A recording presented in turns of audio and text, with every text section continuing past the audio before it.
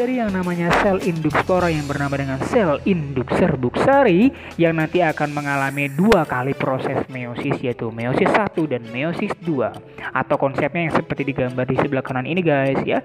1 jadi 2, 2 jadi 4, sehingga dihasilkanlah yang namanya mikrospora berjumlah 4 ya. Yang keempat tadi itu, keempat sel tadi 1, 2, 3 dan 4 mengalami karyokinesis. Karyokinesis itu adalah proses pembelahan nukleus atau pembagian inti sel yang di dalamnya itu yang membelah ya, bukan selnya tapi di dalamnya ya. Kan awalnya cuma 1 sel, ini jadi 2 sel. Nih lihat nih, nukleusnya jadi 2. Nukleus 1 namanya nukleus generatif, sedangkan nukleus yang kedua nukleus saluran serbuk sari. Nanti kebelah 2 lagi, nukleus yang generatif jadi 2. Jadi ada sperma 1, sperma 2 gitu kan ya. Ada namanya versi kedua. Versi kedua yang like this ya. Kamu boleh lihat yang versi kedua. Nah, kalau versi kedua ini kakak lebih suka gambar yang ini sih ya. Nah, jadi lebih jelas. Dimulai dari sel induk spora tadi namanya mikrosporogonium ya. Jadi 2 kali meiosis menghasilkan 4 mikrospora.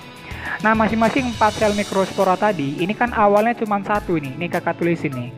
Jadi kalau ada yang bingung, ini kan pertamanya jumlah kromosomnya NNN atau haploid ya. Ini nanti yang warna biru kakak kasih N. Itu namanya yang inti inti generatif ya.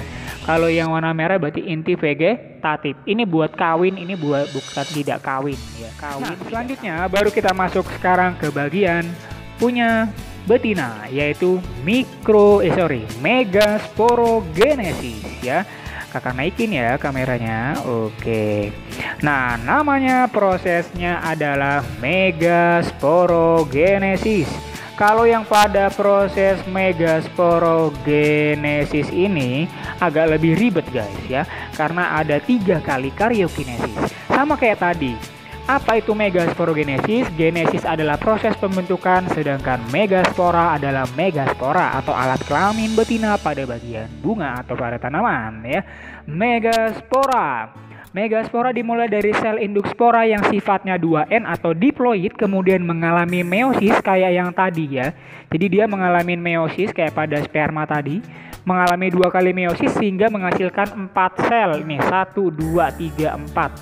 2 kali meiosis nih. 1 dan 2 hasilnya 4. Cuma nanti yang mati, ada yang 3 ini mati guys. Yang 3 ini mati, yang hidup cuma 1 ya. Atau yang 3 ini mengalami degenerasi. Ini yang hitam ini yang udah mati itu ya, yang udah degenerasi. Tinggal 1 yang hidup. Nah, yang 1 ini mengalami karyokinesis 1. Jadi berapa? 1 jadi 2, N jadi 2N, tapi kepisah ya. Kemudian mengalami karyokinesis yang kedua kalinya menjadi 4, masing-masing haploid gitu ya. Kemudian lanjut lagi sampai dia ngalamin karyokinesis 3, sehingga gini urutannya, 1 jadi 2, 2 jadi 4, 4 jadi 8. Sehingga hasil dari karyokinesis yang terakhir atau yang ketiga adalah ada 8 sel. Masing-masing 8 nukleus. 8 nukleus tadi yang masing-masing dia sifatnya N atau haploid, masing-masing nyari tempat ya. Nyari tempat kemana kak ya. Ini 1, 2, 3. Ini udah 3. 1, 2, 3. 3-nya di bagian atas. Yang 2-nya ini di bagian apa? Yang 2-nya di bagian tengah, namanya inti polar ya kan. Sedangkan yang di bawahnya ada 3. Berarti ini gini. 1, 2, 3.